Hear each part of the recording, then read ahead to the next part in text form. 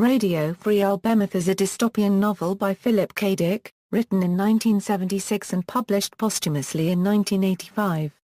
Originally titled Velocistema, it was his first attempt to deal in fiction with his experiences of early 1974.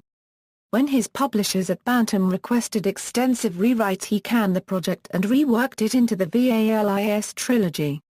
Arber acquired the rights to Radio Free Albemuth in 1985.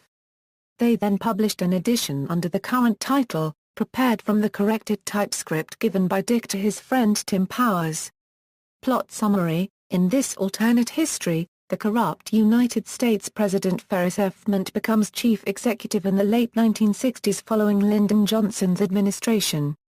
The character is best described as an amalgam of Joseph McCarthy and Richard Nixon, who abrogate civil liberties and human rights through positing a conspiracy theory centered around a fictitious subversive organization known as ALL. In addition to this, he is associated with a right-wing populist movement called Friends of the American People. The president's paranoia and opportunism lead to the establishment of a real resistance movement that is organized through narrow-beam radio transmissions from a mysterious alien near-Earth satellite by a superintelligent, extraterrestrial, but less than omnipotent being named VALIS. Like its successor VALIS, this novel is autobiographical.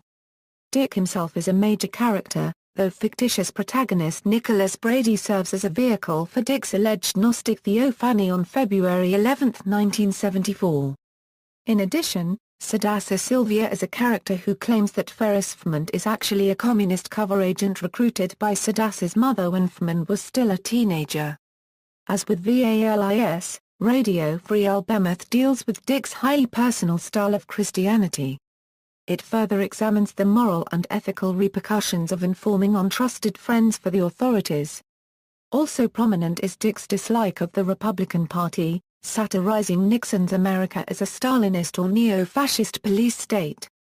Fment eventually captures and imprisons Dick and Brady after the latter attempts to produce and distribute a record that contains subliminal messages of revolt against the current dictatorship. Brady and Sylvia are executed, and Dick narrates the concluding passage about his life in a concentration camp, where his supposedly latest work is actually penned by a ghostwriter and regime-approved hack.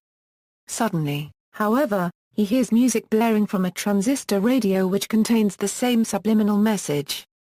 He and his friends, it turns out, were just a decoy set up by VALIS to detour the government from stopping a much more popular A-list band from releasing a similar record with a better established recording company. As Dick realizes this and hears youngsters repeating the lyrics, he realizes that salvation may lie within the hearts and minds of the next generation.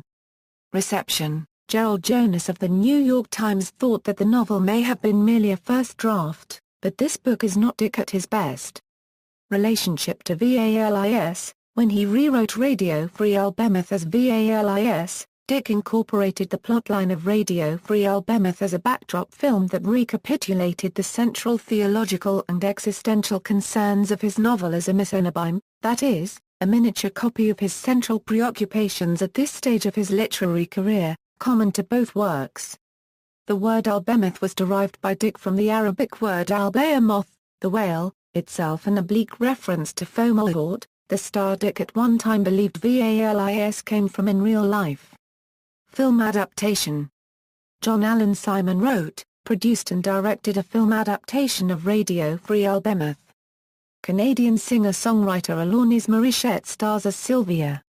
Filming took place in October 2007 at Los Angeles' Lacey Street Studios and multiple other locations.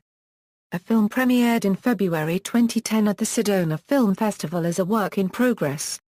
It was released as a limited release on June 27, 2014. References: Charles N. Brown and William G. Contento. The Locus Index to Science Fiction. Retrieved January 14, 2008. External links: Radio Free Albemuth title listing at the Internet Speculative Fiction Database.